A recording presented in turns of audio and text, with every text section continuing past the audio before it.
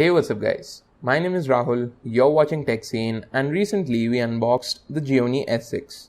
Now it's time for us to see how the MediaTek octa-core chipset and the Mali T720 GPU fares. This is the gaming review, benchmarks and biggest flaws of the Gionee S6.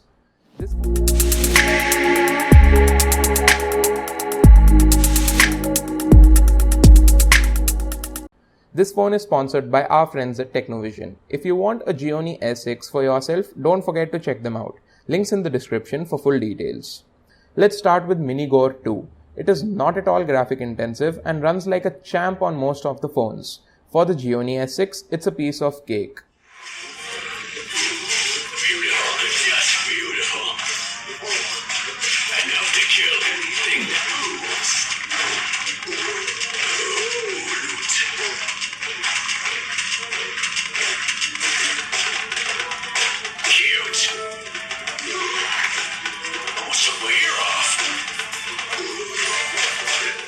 Moving on to Dead Trigger 2, it's fairly graphic intensive, but Gionee S6 runs it very well.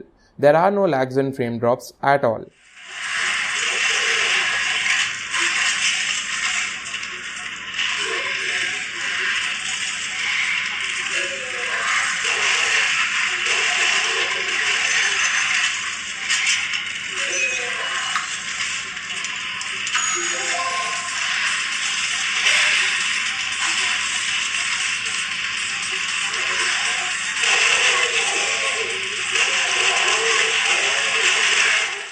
Next game is Gods of Rome, and it is more graphic intensive than Dead Trigger 2.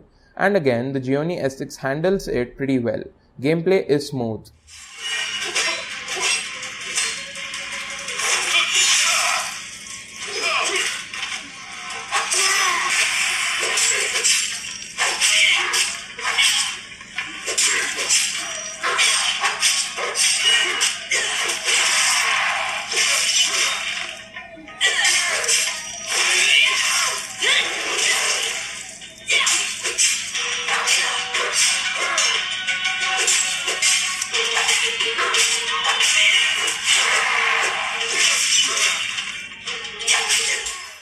Last game is Nova 3, which is breaking point for many budget smartphones. It's the most graphic intensive from the lot, and here we see that the S6 handles it pretty well. Gameplay is smooth overall, little stutters here and there, minor to none frame drops. It's absolutely playable.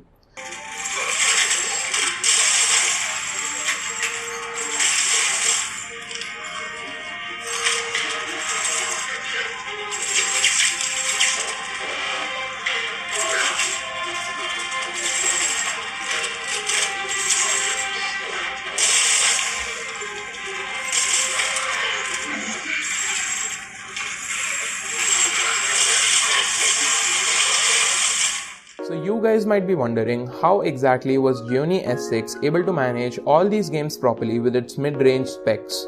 The answer is the 720p display.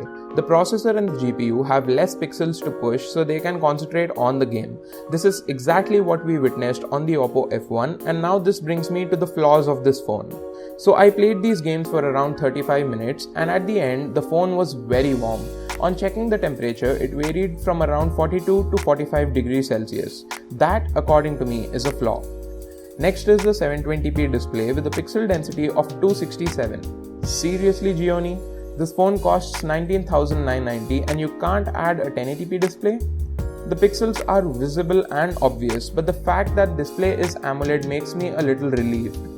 But 267 pixels per inch is seriously not gonna work. So the third flaw is the software of the phone, which is totally a lost cause. I found myself switching to Google Now Launcher and Google Keyboard immediately. Last but not the least is the button placement, which again is reversed, and you all know that I don't like it. Now, for the benchmarks, I'll be running Geekbench and Antutu, and you can check out the results for yourself. Stay tuned for the full review of this phone, guys. Don't forget to check out our friends at Technovision, and I'll see you in the next one. Peace.